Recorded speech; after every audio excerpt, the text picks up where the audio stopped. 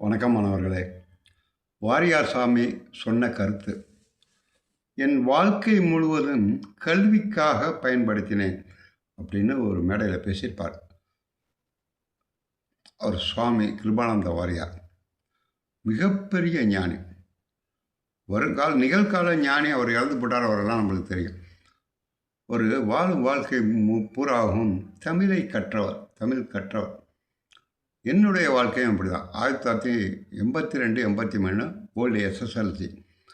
அதுக்கு பிறகு +2 கரஸ்பாண்டரில் எழுதினேன். அப்புறம் டிப்ளமா டிவி கோர்ஸ் படித்தேன் தனியாக மெட்ராஸில். பிறகு வாழ்க்கை கல்வி.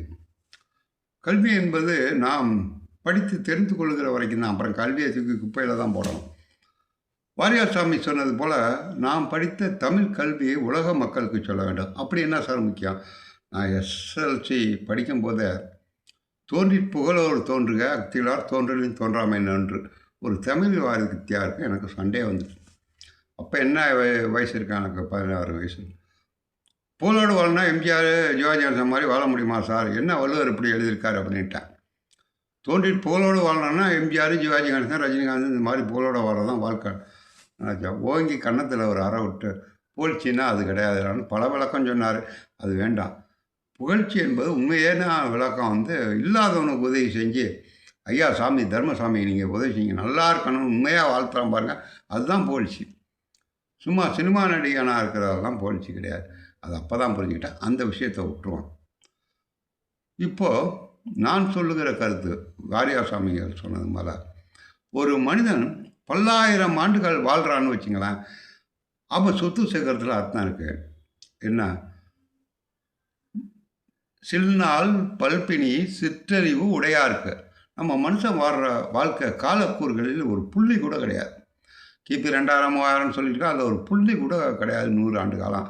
ஆனால் அந்த லட்சக்கணக்காக நம்ம வாழ்கிறதுன்னு நினச்சிக்கிட்டோம். மனுஷன் என்ன செய்கிறான்? செல்வம் சேர்க்கணும், சொத்து சேர்க்கணும், அடுத்த மேடு, போட்டி, பொறாமை, ஆசை, கோபம் இதெல்லாம் மனசில் நிலை ஏற்றிக்கிறான். ஆனால் வாழ்கிறது சில்காலம்தான். சில்நாள் பல்பினி. பல்பினின்னு நோய். இந்த கொஞ்ச காலம் 100 ஆண்டு காலம் காலக்கூறுகளில் வாழும்போதே பல நோய்கள் வந்துருக்குது. தூக்கம் வந்துடுது. என்ன? வேலை பகலில். இதில் கல்வியை எப்படி கற்க முடியும்? அதனால் வாரியார் சாமிகள் சொன்னது போல் சத்தியமாக சொல்கிறேன். நானும் ஔவையார், பாரதியார், திருக்குறள், ராமாயணம், மகாபாரதம் படித்தே வீணாக போயிட்டேன். இந்த கருத்துக்களை நான் உங்களுக்கு சொல்கிறேன். வாழ்க்கைக்கு பயனுள்ளதாக இருக்கும். செல்வம் சேர்ப்பதற்கு அல்ல, வாழ்க்கையில் உண்மையான பயனளிக்கும் நான் சொல்லும் கருத்து. கேளுங்கள். இன்றைக்கி 10 சப்ஸ்கிரைபர்